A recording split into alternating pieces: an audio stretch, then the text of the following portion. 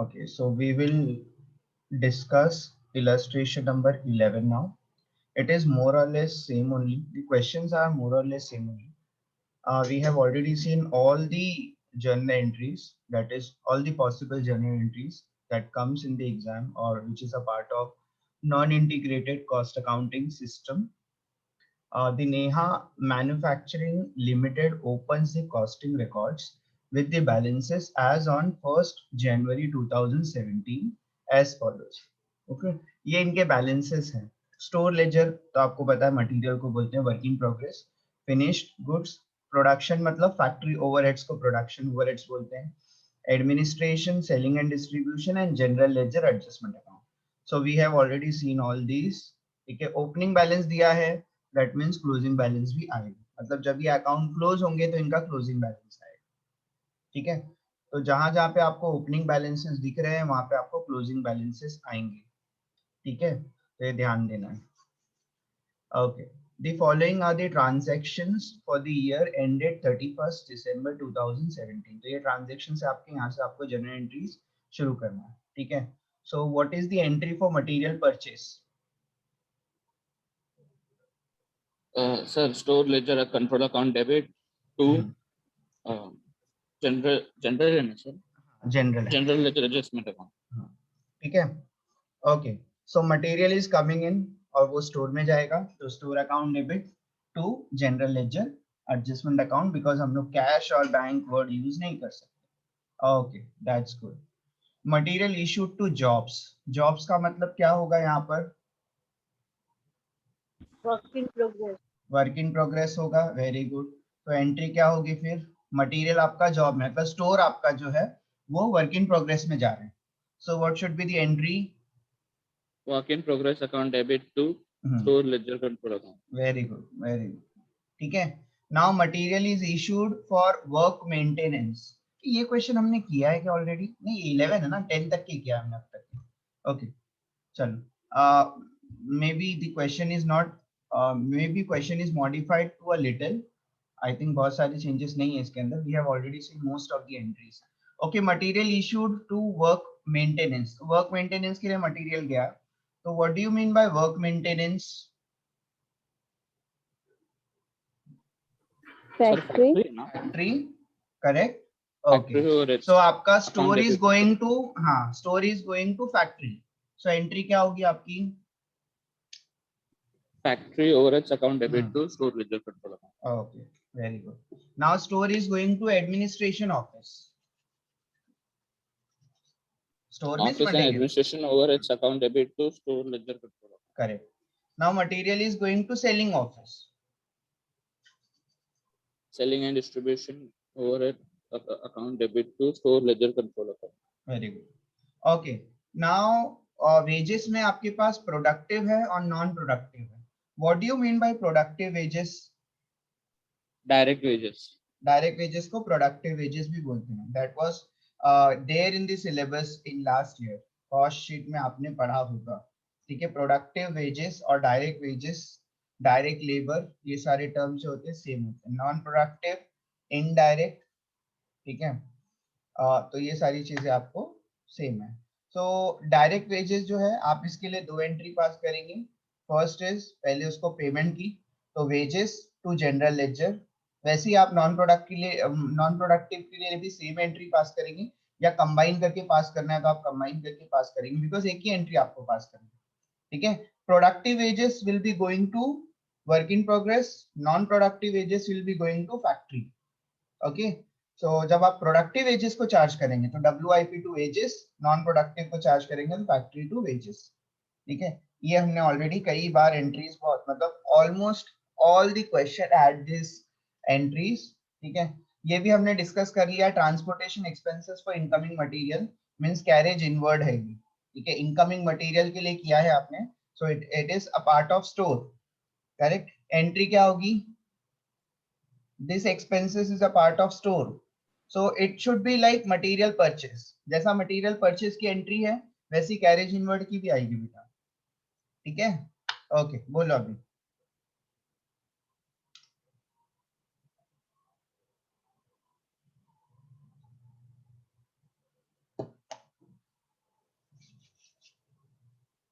कुछ बोल रहा हूँ, मुझे आवाज सुनाई नहीं दे रहा, ऐसा है क्या? Okay, others can also speak up. What is the entry for transportation expenses for incoming material?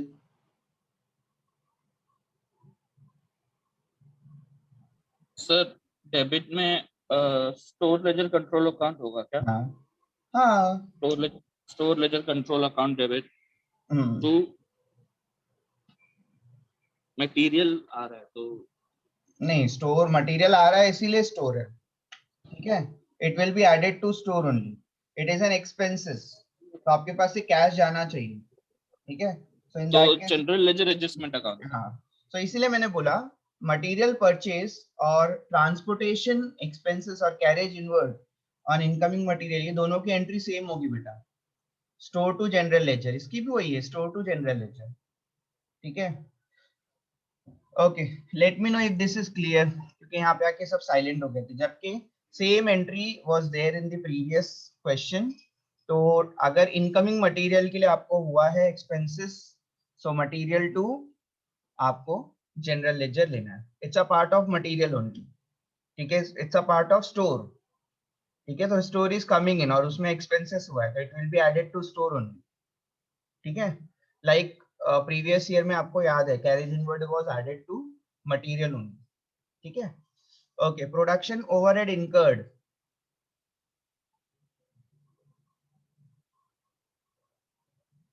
Production overhead incurred sir, तो ये होगा फैक्ट्री ओवरहेड्स. फैक्ट्री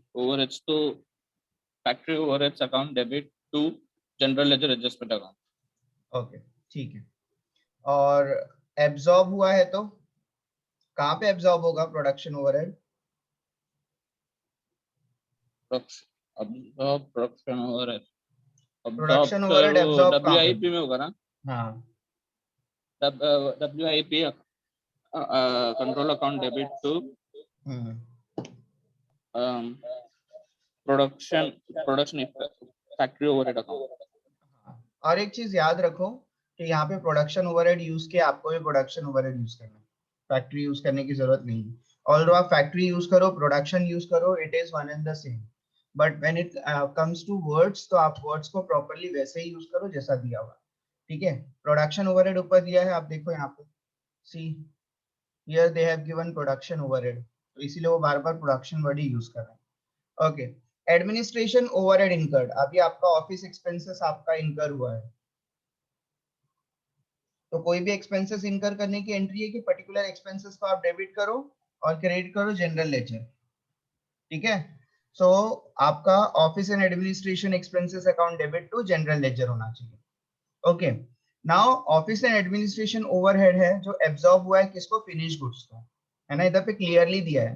अगर सिर्फ इतना भी दिया होगा कि एडमिनिस्ट्रेशन ओवरहेड एब्जॉर्ब, तो भी आप फिनिश गुड्स में ही एब्जॉर्ब करेंगे उसको, आपको पता है. ठीक है, वो इमेज में आपको ओपन करके वापस से बता देता हूँ, चलिए तो एक बार.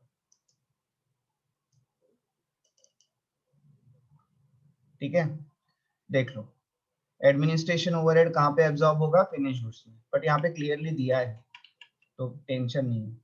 क्या एंट्री होगी इसकी? Administration overhead. हाँ, finished goods account debit to administration overhead account. Overhead. Okay, now selling expenses incurred, है ना, तो सेलिंग एक्सपेंसेस इनकर हुआ है. Selling overheads account debit to general ledger control account. Correct. ठीक है, ओके. अब ये ऑब्वियसली नेक्स्ट एंट्री क्या होगी? सेलिंग एक्सपेंसेस एब्जॉर्ब हुआ है ना. देखो, सेल्स ओवरहेड एब्जॉर्ब. ठीक है, तो एब्जॉर्ब कहाँ पे होता है? Selling overhead cost by of sale default. Account debit हाँ. To selling overheads. हाँ, ओके. फिनिश गुड्स प्रोड्यूस्ड, ये कौन सी एंट्री है पता है ना? हाँ sir, finished goods control account debit to work in progress account. हाँ, इधर पे देखो ये एंट्री है. ठीक है, वर्क इन प्रोग्रेस से फिनिश गुड्स में जा रहा है, और नेक्स्ट एंट्री आपकी फिनिश गुड्स से कॉस्ट ऑफ सेल्स की होगी, है ना. तो फिनिश गुड्स सोल्ड दिखा. Okay, yes sir. सो यहाँ पर आएगा वो. So cost of sales to finish goods, तो ये मैंडेटरी एंट्री याद रखना है. लास्ट है सेल्स रियलाइजेशन, तो सेल्स से आपको पैसे मिले हैं. ठीक है, रियलाइज हुआ है सेल्स, या सेल्स की एंट्री पास करो तो आपको सब सारी एंट्री सेम ही होती है। सेल्स के लिए क्या एंट्री थी, कैश आ रहा है तो कैश अकाउंट तो डेबिट नहीं कर सकते, है ना। सर जनरल हाँ, this is the only place where general ledger adjustment account will be debited, याद रखो, this is the only place. ठीक है, और रिटर्न्स वगैरह के केस में हो सकता है, बट यहाँ से क्या बोलते हैं, जब आपने परचेस करके रिटर्न किया होगा तो उस केस में हो सकता है, या सेल्स के केस में हो सकता है। Only two ways. क्या एंट्री है सेल्स रियलाइजेशन की, general ledger control account debit to costing profit and loss. To costing profit and loss. और अगर टू सेल्स लिया है तो आपको और एक एंट्री पास करना पड़ेगा सेल्स को कॉस्टिंग प्रॉफिट एंड लॉस में ट्रांसफर करने के लिए। ठीक है, आइदर वेज आप दोनों तरह से एंट्री पास कर सकते हैं। तो हमने डायरेक्ट एंट्री पास कर दिया जनरल लेजर मतलब cash account debit to sales, sales की जगह पे हम लोग को क्या लेना है, आपको कॉस्टिंग प्रॉफिट एंड लॉस, और कैश की जगह पे जनरल लेजर, तो general ledger to costing profit and loss. ठीक है, ये एंट्री याद रखेंगे, एक ही बार में खत्म हो जाएगी एंट्रीज। ठीक है, टोटल वगैरह करने का केस एकदम डिट्टो वैसा ही है, सेम। ये एंट्री, ये क्वेश्चन जो है वो आपको ट्राई करना है, इसी के लिए दिया है। अच्छा, कुछ जनरल एंट्रीज मुझे डिस्कस करना था जो अब तक की आई नहीं थी, इस पर्टिकुलर क्वेश्चन में है वो। ओके, नाउ टेल मी, इसमें एंट्रीज देखो, कुछ नई नई एंट्रीज है इसके अंदर, इस पर्टिकुलर क्वेश्चन में जो एंट्रीज है कुछ न्यू न्यू है।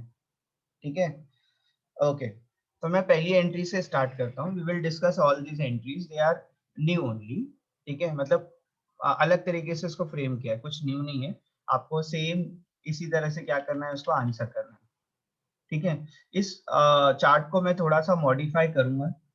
ठीक है, और उसमें मुझे कुछ ऐड करना है उसके अंदर, तो मैं इसको मॉडिफाई करूंगा। खैर, now tell me, factory overheads के लिए क्या, ऊपर तो खाली बैलेंसेस दिए तो ऊपर की बात नहीं करेंगे हम लोग यहाँ पर।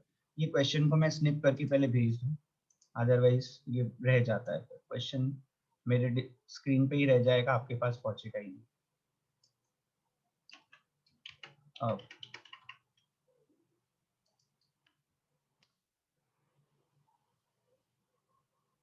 ठीक है, look at the question. For following ledger balances are taken from the books of Amar Dye Chemical Limited। तो ये हो गया, ये इसके चार बैलेंसेस है मटेरियल की। नॉमिनल मतलब आपका जनरल लेजर है, और वर्क इन प्रोग्रेस और फिनिश गुड्स, ये चार मैंडेटरी लेजर्स है जिसके बैलेंसेस आपको क्वेश्चन में अवेलेबल होता है। एंड ये आपको बताता है this is the non integrated accounting system. इसमें नॉमिनल लेजर है। ठीक है, नॉमिनल लेजर है, इसका मतलब ये, मतलब जनरल लेजर है इसके अंदर, इसका मतलब ये नॉन इंटीग्रेटेड अकाउंटिंग सिस्टम है। ठीक है, further transaction took place up to 30th सितंबर 2020। फैक्ट्री ओवरहेड्स के लिए क्या एंट्री आएगी, इनकर्ड है तो हाँ factory overheads account debit to nominal ledger control account. हाँ, या जनरल लेजर, नॉमिनल हम लोग नाम यूज करना है बिकॉज नॉमिनल ऊपर दिया हुआ है। Okay, finish goods at cost, बहुत इंपॉर्टेंट, सर कौन सी एंट्री है फिनिश ये, goods account debit to nominal ledger control account. नहीं, फिनिश गुड्स सर रॉ कौन सी है, मटेरियल कंट्रोल। बाप रे बाप, और बताता हूँ ये एंट्री कौन सी है, ये एंट्री ये है, फिनिश गुड्स वाली एंट्री। सर वो ठीक है, वर्क इन प्रोग्रेस में सर वो कॉस्ट लिखा तो कंफ्यूज हो गए। बेटा कॉस्ट ही लिखा रहेगा हमेशा, फिनिश गुड्स एट कॉस्ट ही रहता है वो। ठीक है, they have not given also तो भी वो कॉस्ट रहेगा। ये फिनिश गुड्स एब्जॉर्ब प्रोड्यूस्ड ऐसा दिया था, इसमें क्या दिया था आपको, प्रोड्यूस मतलब आपके कॉस्ट के ऊपर रहता है। ठीक है, और हम लोग एट कॉस्ट ही देखते हैं, है ना। कई बार लिखा होता है cost of finish goods, so cost of goods sold देखो, फिनिश गुड्स एट कॉस्ट, है ना। So finish goods at cost ही रहेगा बेटा, इसमें कोई नया चीज नहीं है इसमें। ठीक है, okay, it is finish goods at cost, तो आपको अपनी एंट्री पे फॉर्म रहना है कि फिनिश गुड्स की एंट्री क्या होती है।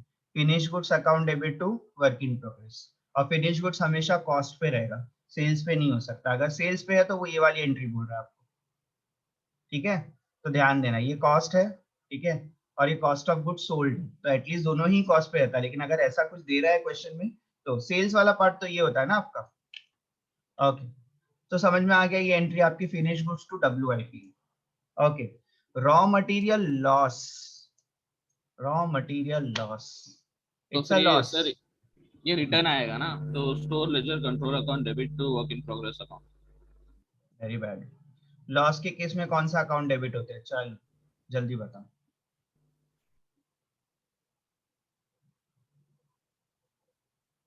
मटेरियल सर ये डैमेज आपने करके बताया था। बताया था, हाँ मटेरियल डैमेज हुआ था, ठीक हाँ है। हाँ। डेफिशिएंसी आई थी मटेरियल में, ठीक है।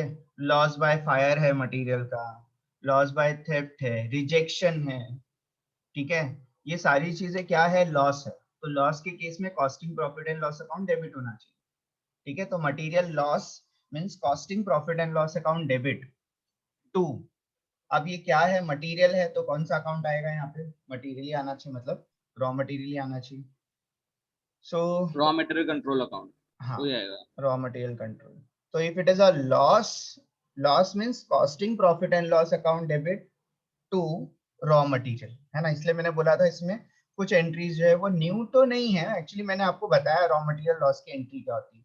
Raw material loss, raw material rejected, ठीक है। रिजेक्टेड मतलब आपका उसमें डेफिशिएंसी है, स्टॉक टेकिंग में डेफिशिएंसी है, ठीक है। लॉस है मटेरियल का, so loss means costing profit and loss account debit to store, ठीक है। Okay, return from customer, customer से रिटर्न आपके पास आ गया, ठीक है।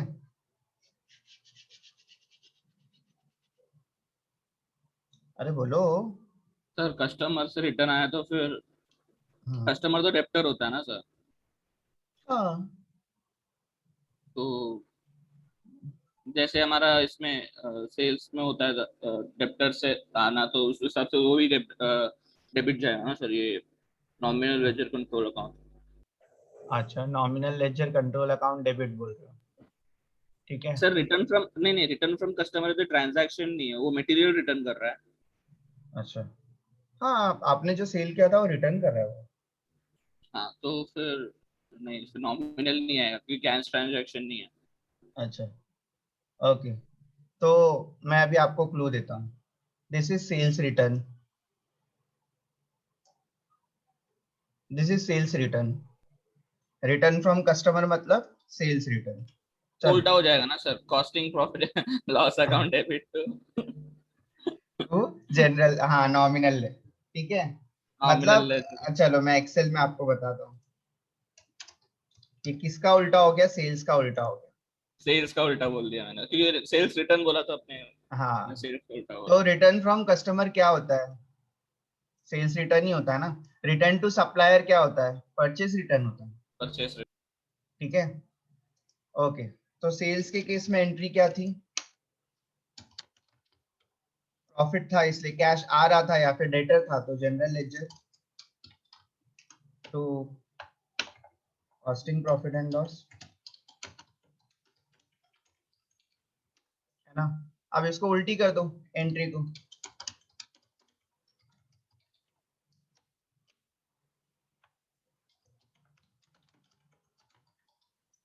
सिंपल, ठीक है।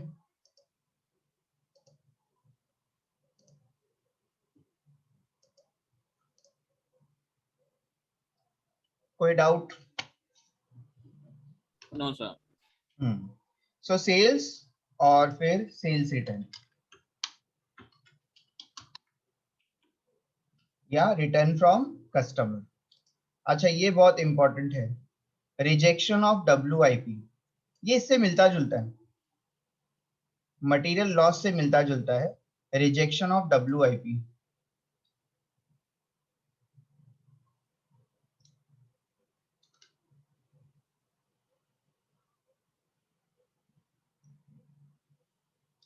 चलो न्यू है, मैंने नहीं बताया अब तक कि आपको, फिर भी अगर आप क्या लगाते हैं दिमाग इसमें बताइए। सर WIP अकाउंट क्रेडिट होगा ना? हाँ हाँ, ये तो क्रेडिट होगा, चलो समझ गया, क्योंकि वहां से जा रहे हैं। डेबिट क्या होना चाहिए, सर वो जहां से आया तो स्टोर लेजर कंट्रोल अकाउंट। बेटा this is not return, This is rejection. What is the difference between return and rejection?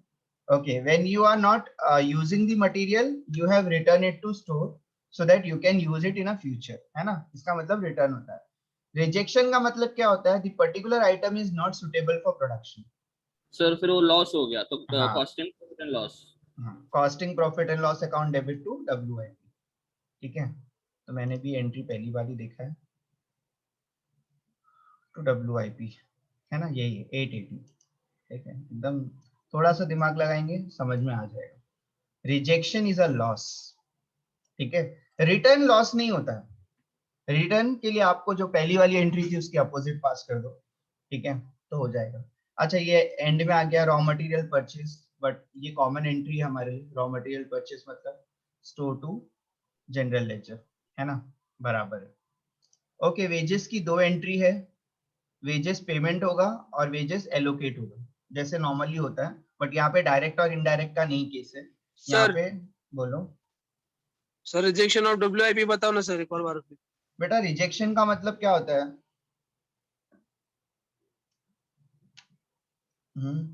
अरे बोलो, रिजेक्शन का मतलब क्या होता है? The word rejection refers to what? क्योंकि अगर आपने रिजेक्ट कर दिया है तो रिजेक्ट मतलब इट इज नॉट सुटेबल, है ना? आपने रिटर्न किया है, रिटर्न का मतलब है वापस से आपके WIP में आ सकता है. तो रिटर्न जब भी होगा तो रिटर्न होके कहाँ पे जाएगा? स्टोर पे जाएगा. तो when it is return from WIP तो WIP क्रेडिट होगा और स्टोर डेबिट होगा.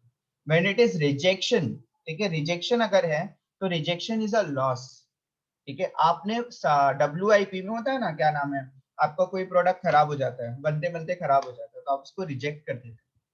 ठीक है, रिजेक्ट का मतलब होता है आप उसको आउट ऑफ प्रोडक्शन उसको ले लेते हैं. उसके बाद आपको जो करना है उसके साथ में, उसको स्क्रैप में बेचना है, उसको क्या करना है वो आप उसको साथ में कर सकते हैं. But for the time being it is not a part of your production. वो फिनिश गुड्स में नहीं जाएगा. It's a loss. Rejection is a loss. ठीक है, जैसे रॉ मटेरियल का लॉस था वैसे रिजेक्शन का भी लॉस है. ठीक है, अब ये दो अलग अलग स्टेज है. ठीक है, जब रॉ मटेरियल में लॉस होगा तो costing profit and loss account debit to raw material. ठीक है, जब WIP में लॉस होगा तो costing profit and loss account debit to WIP.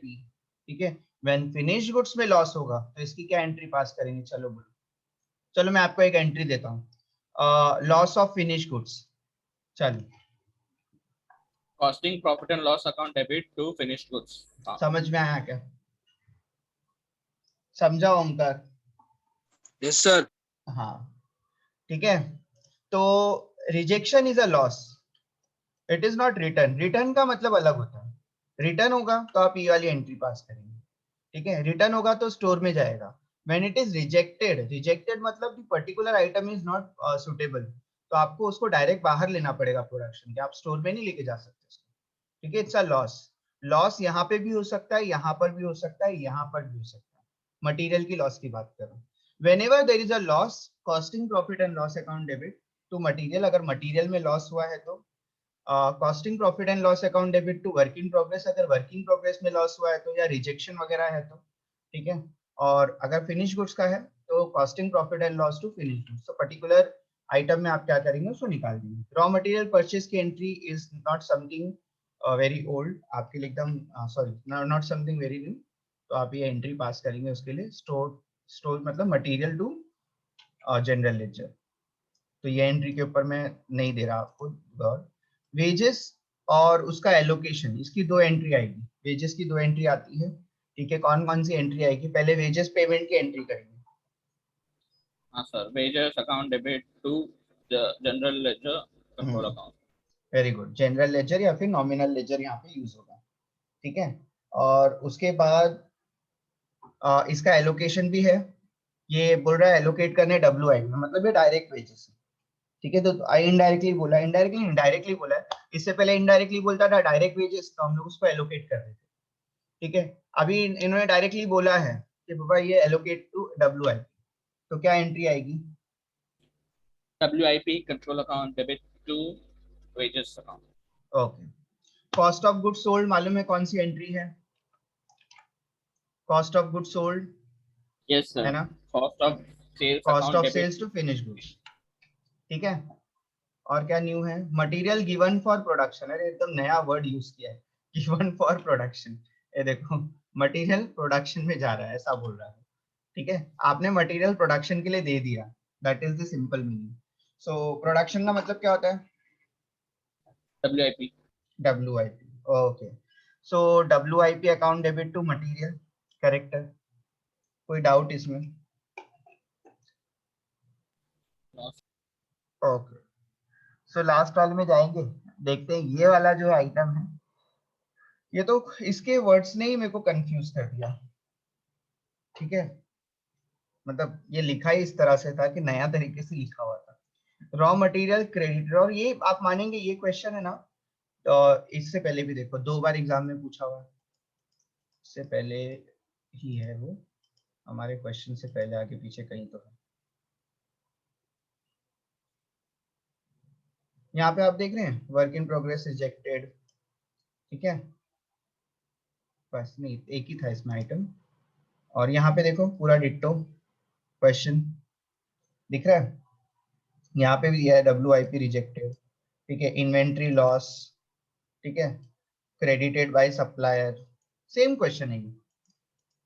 तो ये वर्ड तो मेरे को भी, मैं भी थोड़ा सा कंफ्यूज हो गया था, बट सिंस आई नो कि इसकी एंट्री क्या हो सकती है, चलो पहले मैं आप लोगों से पूछता हूँ, उसके बाद में मैं अपना दिमाग लगाऊंगा। क्या एंट्री होगी? Raw material credited by supplier.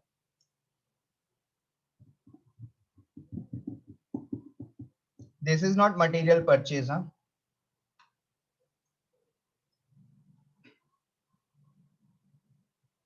बोलो। सर इसमें नॉमिनल लेजर कंट्रोल अकाउंट आएगा क्या, क्योंकि क्रेडिटेड बोला है। हाँ आएगा, डेफिनेटली आएगा, but this is the entry, जो ये अपोजिट एंट्री किसकी है? ये raw material credited by supplier, ये कौन सी किस चीज की अपोजिट एंट्री है? ये रॉ मटेरियल तो हमारे पास डेबिट होता है ना, मुझे बताओ, ये क्या नाम है, raw material account debit, that is store account debit to general ledger, यही पास करते हैं ना हम लोग एंट्री परचेज के टाइम पे। ठीक हाँ, है, तो ये रॉ मटेरियल क्रेडिटेड हो गया, तो क्या होगी एंट्री? उसी का उल्टा होगा ना सर। हाँ, ये रॉ मटेरियल रिटर्न की एंट्री है। अब ये लोग इजीली भी दे सकते थे कि रॉ मटेरियल रिटर्न, अब इन्होंने ये वर्ड क्यों यूज किया, क्रेडिटेड बाय सप्लायर, तो मालूम नहीं। ठीक है, बट रॉ मटेरियल डेबिट कब होता है? जब परचेस होता है। तो रॉ मटेरियल क्रेडिट कब होगा? जब वो रिटर्न होगा। तो सिंपल सी एंट्री है ये, रिटर्न की एंट्री है, ये परचेस का अपोजिट होगी इसकी एंट्री। ठीक है, सो लेट मी नो, अगर किसी भी चीज में आपको कोई डाउट आया है, कुछ कंसर्न है, कोई क्वेश्चन है, तो आप पूछ सकते हैं। सर एक तो सम्स में जो है ना सर, प्रोडक्शन के दो मतलब होते हैं, WIP और ये फैक्ट्री। बेटा देखो, अगर फैक्ट्री है तो प्रोडक्शन ओवरहेड यूज करते हैं वो वर्ड, ठीक है, तो कहीं पे भी प्रोडक्शन वर्ड यूज नहीं होगा, it will be always production overheads. ठीक है, if there is production and WIP difference आपको करना है, तो प्रोडक्शन कभी भी ओवरहेड के साथ यूज होता है। ठीक है, it can never be used alone. मुझे एक बात बता, जब भी वर्ड सिर्फ प्रोडक्शन यूज हुआ है, तो it is always WIP। When it is job, it is always WIP। ठीक है, लेकिन जब भी वर्ड प्रोडक्शन ओवरहेड के लिए यूज होता है, तो it is always production overheads. ठीक है, डाउट है इसमें कुछ?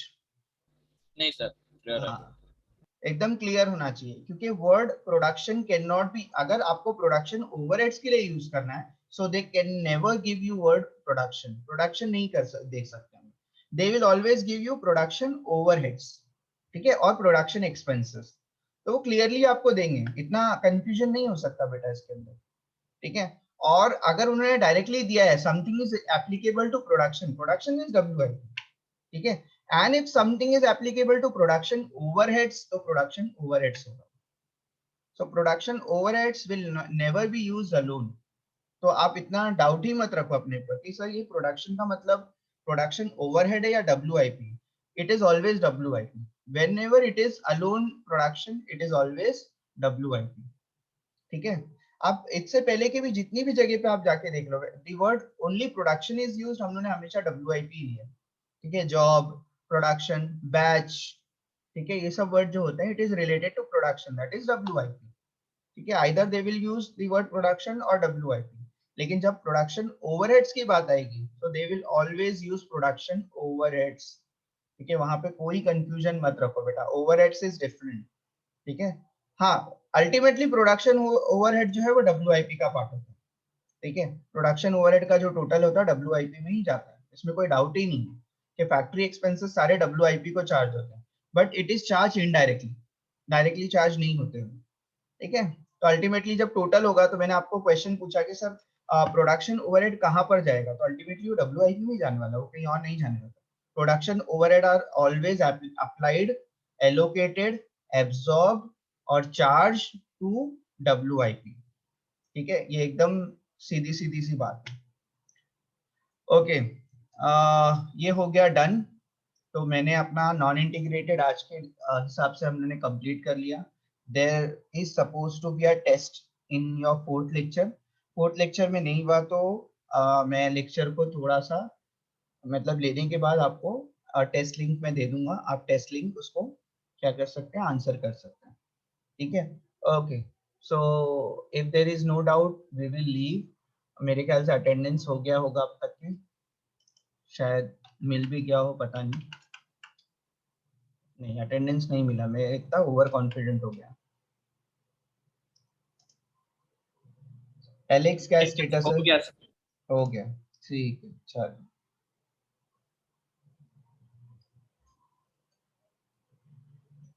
Okay, we will meet in fourth lecture. आपके जो डाउट्स हैं वो आप वहां पे सॉल्व करेंगे, आप एक टेस्ट देंगे, ठीक है, दैट्स इट, इतना ही है आज के लिए। और नॉन इंटीग्रेटेड इज ओवर।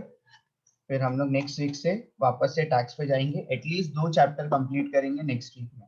एक है वैल्यू ऑफ सप्लाई और दूसरा है प्लेस ऑफ सप्लाई, हो जाएगा खत्म आराम से, ठीक है। Yes sir. Okay, now it will get over now.